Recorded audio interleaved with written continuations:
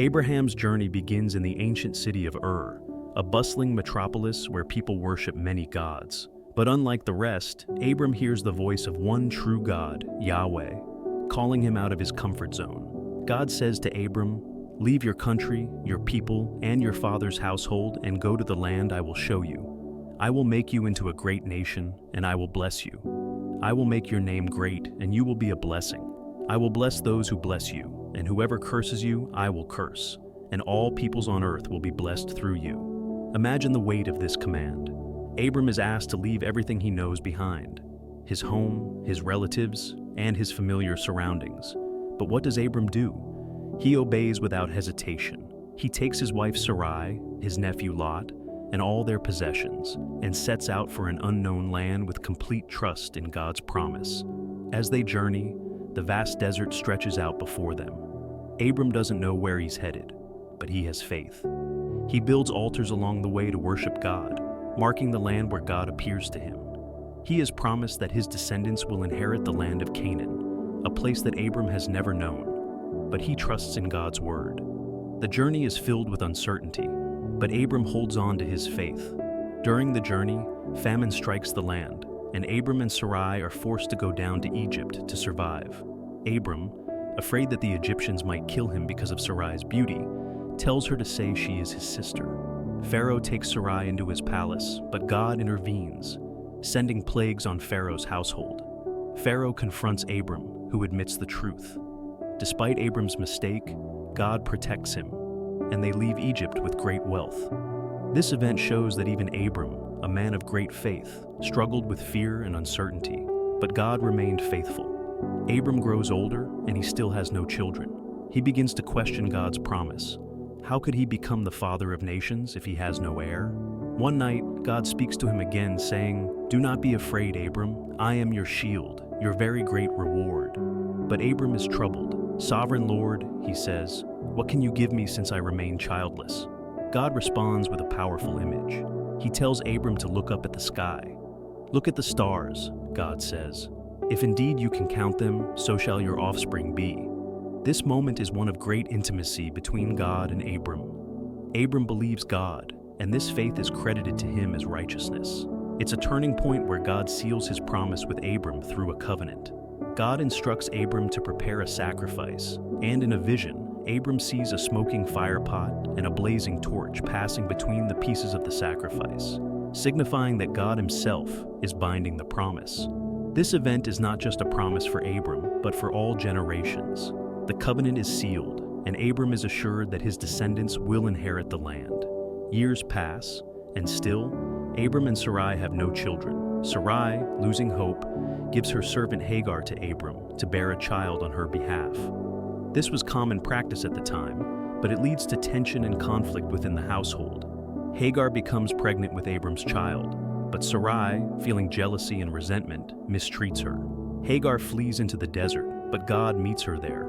An angel of the Lord tells her to return and promises that her son Ishmael will also become the father of a great nation. Ishmael is born, but he is not the child of promise.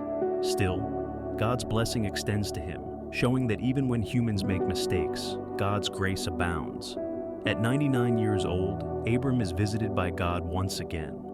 This time, God changes Abram's name to Abraham, meaning father of many nations, and Sarai's name to Sarah, meaning princess. God reiterates his promise that Sarah will bear a son, even though she is well past childbearing age.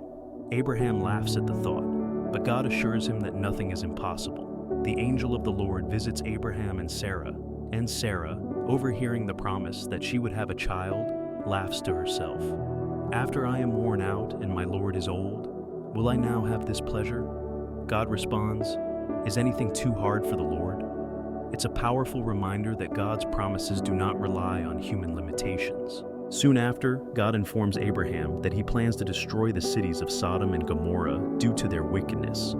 Abraham, concerned for his nephew Lot, who lives there, intercedes with God, asking him to spare the cities if even 10 righteous people can be found. This is a key moment in Abraham's relationship with God. Abraham shows deep compassion, pleading for mercy on behalf of the righteous. Unfortunately, not even 10 righteous people can be found, and the cities are destroyed. But Lot and his family are spared, showing that God listens to Abraham's prayers and protects his family. Finally, after all the waiting, God's promise is fulfilled. Sarah gives birth to a son, Isaac, whose name means laughter, reflecting the joy and surprise of his birth. It's a miraculous moment, as Sarah was 90 years old when she gave birth.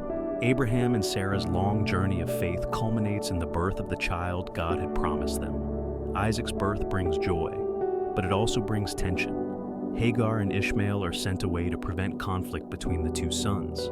God, however, does not abandon Ishmael. He promises that Ishmael will become the father of a great nation, showing that God's blessing extends even to those outside the covenant. The climax of Abraham's story comes when God commands him to sacrifice Isaac, the very son through whom God's promises are to be fulfilled. It is an unimaginable request, but Abraham does not hesitate. He sets out for Mount Moriah with Isaac, carrying the wood for the sacrifice. Along the way, Isaac asks, "Father, where is the lamb for the burnt offering?" Abraham responds, "God himself will provide the lamb." At the last moment, as Abraham raises the knife to sacrifice his son, an angel of the Lord calls out to him, "Do not lay a hand on the boy. Now I know that you fear God, because you have not withheld from me your son, your only son." God provides a ram caught in the thicket as a substitute sacrifice, and Isaac is spared. This moment not only proves Abraham's faith, but also foreshadows the future sacrifice of God's own Son, Jesus, on behalf of all humanity. Abraham's life is marked by faith, obedience, and trust in God's promises. He lives to see Isaac grow, and before his death, he arranges for Isaac to marry Rebekah, ensuring the continuation of the covenant promise. Abraham dies at the age of 175, satisfied and blessed. His descendants would go on to form the 12 tribes of Israel, and through his lineage, the Messiah, Jesus Christ, would be born. Abraham's story is not just about a man's faith, but about God's unshakable commitment to his promises and his plan for redemption. The story of Abraham is a timeless testament to the profound impact of unwavering faith in God. Abraham, known as the father of many nations, embarked on a journey that was not just physical, but deeply spiritual, one that required complete trust in God's promises, even when they seemed impossible. Imagine being asked to leave everything you know, your homeland, your friends, your family's legacy, to venture into an unknown land solely based on a divine promise. Abraham did just that. He stepped into the uncertainty, not because the path was clear, but because his faith in God was steadfast. His journey reminds us that faith often requires us to step out of our comfort zones, trusting that God will guide our steps. One of the most profound moments in Abraham's story is when God asked him to sacrifice his beloved son Isaac, the very son through whom God had promised to fulfill his covenant. It was a test of ultimate trust. Abraham's willingness to obey, even when it didn't make sense, exemplifies a deep faith that God's plans are higher than our own. In the end, God provided a ram as a substitute, showing that he honors those who trust him completely. Abraham's life teaches us that faith is not just about believing in God, but believing God, taking him at his word and trusting his promises, even when circumstances suggest otherwise. It's about holding on to hope when the future is uncertain and believing in his goodness when we face trials. In our own lives, we may encounter challenges that test our faith. We might be called to make difficult decisions, endure hardships, or wait patiently for answers to our prayers. In these moments, remembering Abraham's story can inspire us to keep our faith anchored in God. His journey shows us that faith opens the door to miracles, fulfills promises, and leads us into our destiny. So, let Abraham's example encourage you today. Embrace a faith that moves beyond mere words, a faith that acts, trusts, and perseveres. When you place your faith in God, you tap into a source of strength and hope that can carry you through any circumstance. Your journey of faith can inspire others, just as Abraham's has inspired generations. Trust in God's promises, for he is faithful to fulfill them.